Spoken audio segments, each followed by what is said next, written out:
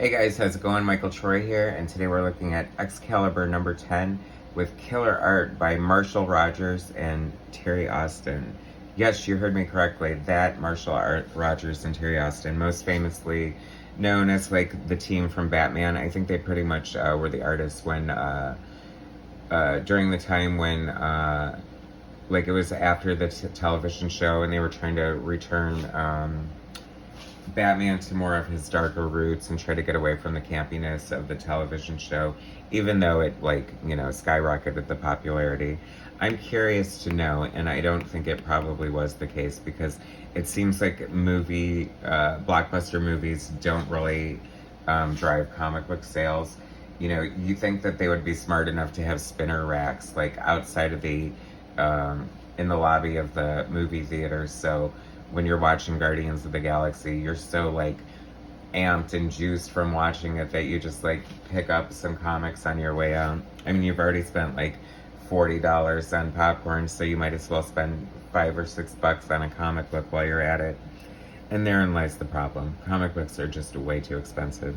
I mean, $1.50 back in the day, and this is, you know, Excalibur. It was on slightly better paper, and I think it was more of a direct market book. So regular comics, I think they might have been $1 at the time. I don't know, but either way, it was more so. It was $1.50, but it had better paper, better printing, and it was worth it because it was Excalibur, and Excalibur's awesome. This is cool. This is kind of a crazy cover. So you got Captain Britain, but this is obviously a alternate version of Captain Britain because he's got a swastika on his forehead for the love of Pete. And he's fighting old school Captain Britain in his original uniform. So Captain Britain versus Hauptmann England. That's my German. How do you like that? So this is guest penciler Marshall Rogers. It's funny because it occurred to me that I think someone like Terry Austin makes you aware of inkers in the first place, because, you know, like you first discover Terry Austin reading X-Men and looking at the Byrne-Austin combo, and then the art looks so killer, and then you start looking at other art, and sometimes like an artist that you didn't really notice before is being inked by Austin, and his art looks incredible, and you're like, hey, wait, what's going on here? I can't stress like how much the inker brings to the table. Chris Claremont is writing, Marshall Rogers guest penciler, Terry Austin guest inker. Glynis Oliver is the colorist. We know her, Glynis Wine or Oliver, depending on what era. But I mean, this is so much fun. Like I said, you know, Rogers and Austin are a classic art team, so it's really cool that they got them to do this fill-in issue. And they are totally bringing it. I mean, you've got all the great Terry Austin flourishes right away. Like, just the different... He brings so much texture and just different things. Just, like, every trick of the trade. Like, he's just, like, the consummate professional when it comes to inking. And I just love his inking so much. He's worked with so many great pencilers and just created classic art over the years. Like, his work on... Art Adams is legendary. Rick Leonardi, John Byrne, of course. Just Marshall Rogers stands out as one of his memorable teamings. I love, you know, he's just throwing in Zipatone, just so many different things. Like, I don't know, he just brings so much to the table. Like, you know, this is such a perfect way to show the shadow of this plane underneath them, and just that little stipple effect with all that little detailing in there. It just looks so cool. I mean, he is just... I mean, God knows how many pots of ink the man has went through in his life.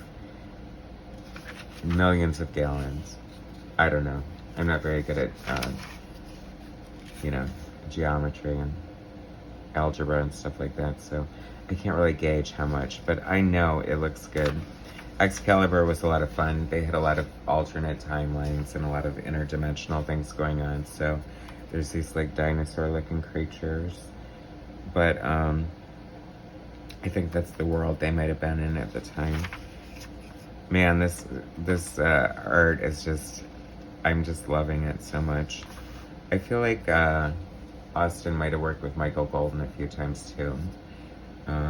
He did it, even though he didn't ink Paul Smith on the X-Men, he inked that issue of Marvel Fanfare, and that was fantastic. I was thinking about Alan Davis too, and I can't recall him ever working with Alan Davis.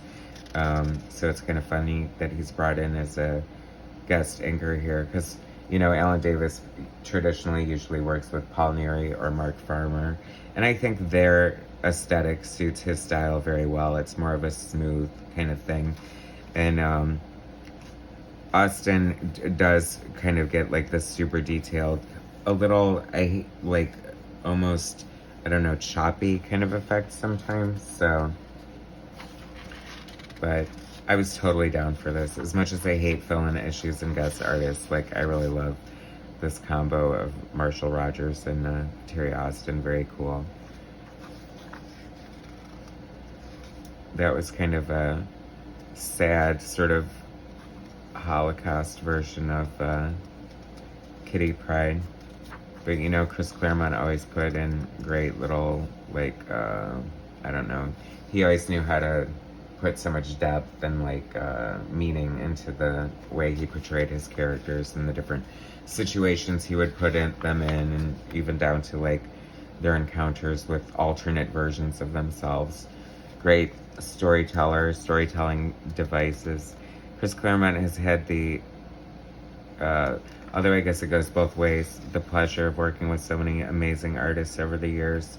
And hey, they get to draw a Chris Claremont script, so there's that. So that was cool. Marshall Rogers, Terry Austin, great issue, fun art.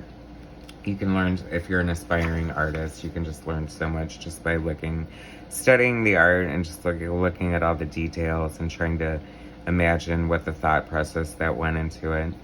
Anyway, thanks so much for watching. Please subscribe to my channel, share my content, hit like, all that jazz. Thanks so much. Talk to you later. Bye, guys.